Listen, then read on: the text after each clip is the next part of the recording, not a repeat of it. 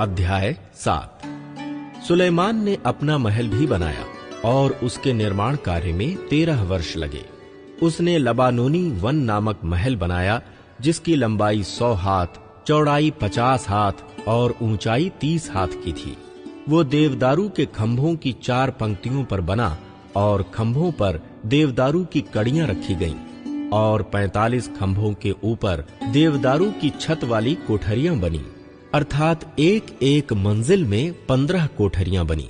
तीनों मंजिलों में कड़ियां धरी गईं और तीनों में खिड़कियां आमने सामने बनी, और सब द्वार और बाजुओं की कड़ियां भी चौकोर थीं और तीनों मंजिलों में खिड़कियां आमने सामने बनी। उसने एक खंभे वाला ओसारा भी बनाया, जिसकी लंबाई 50 हाथ और चौड़ाई 30 हाथ की थी, और इन खंभों के सामने एक खंभे वाला ओसारा और उसके सामने ड्योढ़ी बनाई।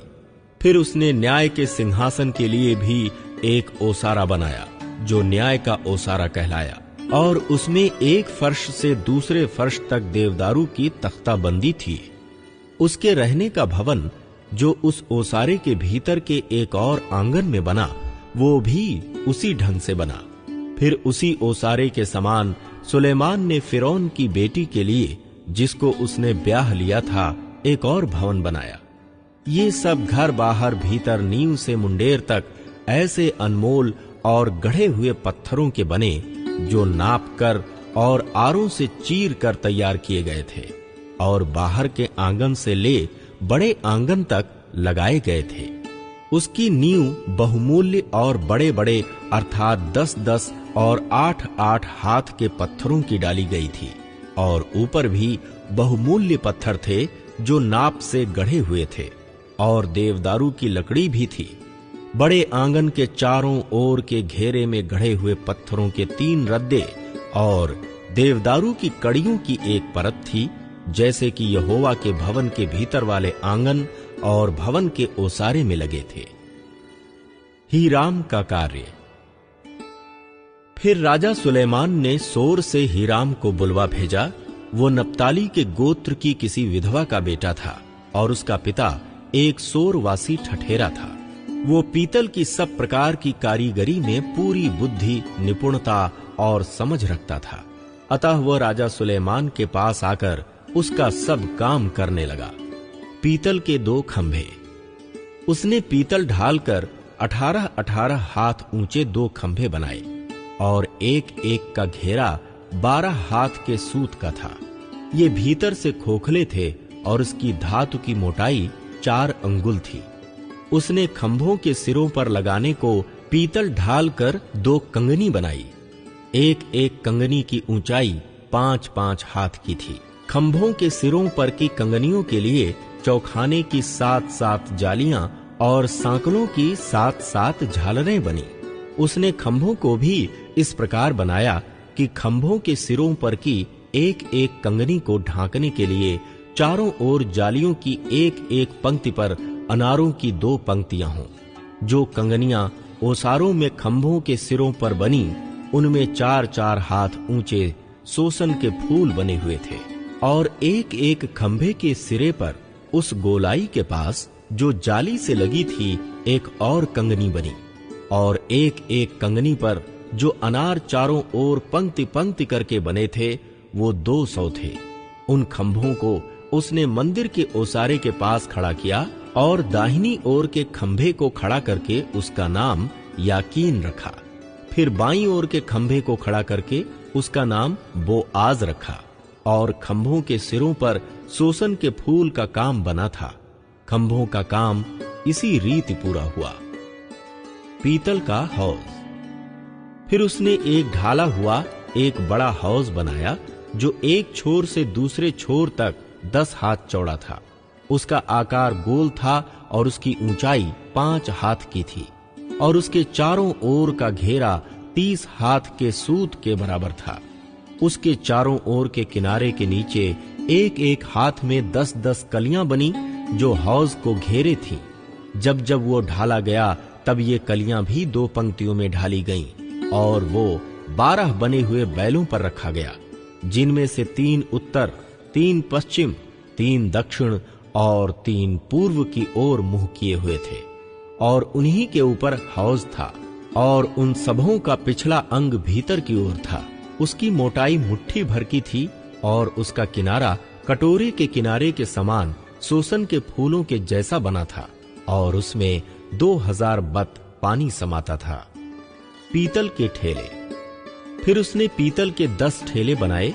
एक एक ठेले की लंबाई 4 हाथ, चौड़ाई भी 4 हाथ और ऊंचाई 3 हाथ की थी। उन ठेलों की बनावट इस प्रकार थी, उनके पटरियां थीं, और पटरियों के बीचों बीच जोड़ भी थे, और जोड़ों के बीचों बीच की पटरियों पर सिंह, बैल और करूब बने थे, और जोड़ों के ऊपर भी एक एक और ठेला बना, और सिंहों और बैलों के नीचे लटकती हुई झालरें बनी थीं। एक एक ठेले के लिए पीतल के 4 पहिए और पीतल की धुरियां बनी, और एक एक के चारों कोनों से लगे हुए आधार भी ढाल कर बनाए गए, जो हौदी के नीचे तक पहुंचते थे, और एक एक आधार के पास झालरें बनी हुई थीं।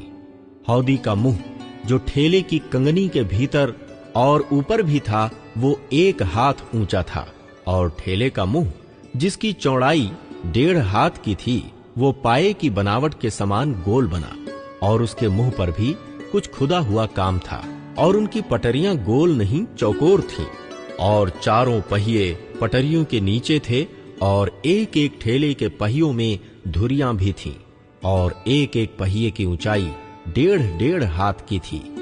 पहियों की बनावट रथ के पहिए की सी थी, और उनकी धुरियां, चक्र, आरे और नाभें सब ढाली हुई थीं।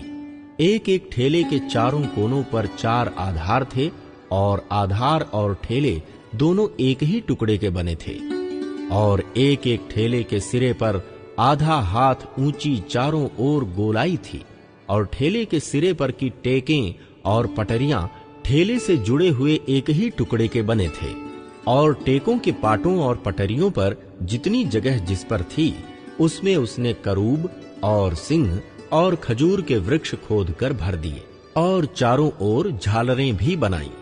इसी प्रकार से उसने 10 ठेलों को बनाया।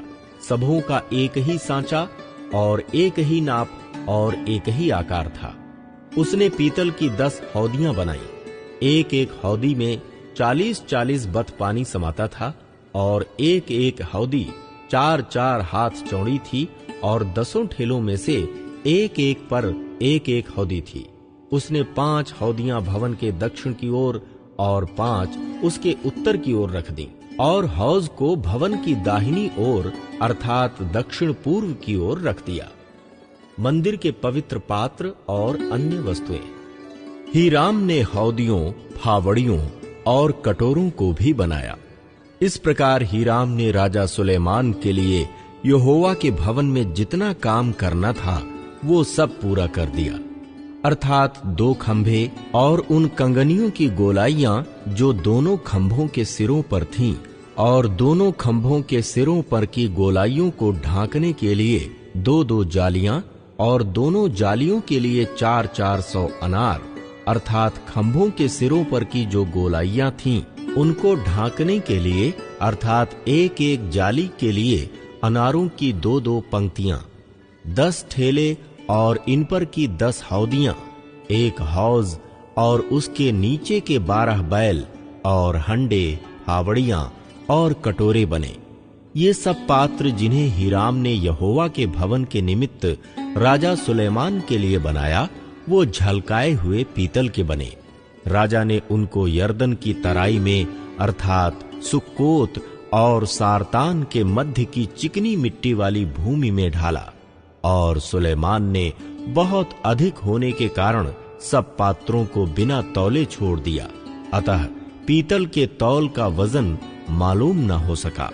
यहोवा के भवन के जितने पात्र थे, सुलेमान ने सब बनाए, अर्थात सोने की वेदी और सोने की वो मेज जिस पर भेंट की रोटी रखी जाती थी, और चोखे सोने की दीवटें जो भीतरी कोठरी के आगे 5 तो दक्षिण की ओर और 5 उत्तर की ओर रखी गईं, और सोने के फूल, दीपक और चिमटे और चोखे सोने के तसले, कैंचियां, कटोरे, धूपदान और करछे और भीतर वाला भवन जो परम पवित्र स्थान कहलाता है और भवन जो मंदिर कहलाता है, दोनों के किवाड़ों के लिए सोने के कब्जे बने।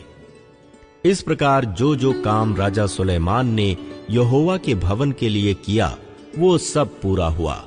तब सुलेमान ने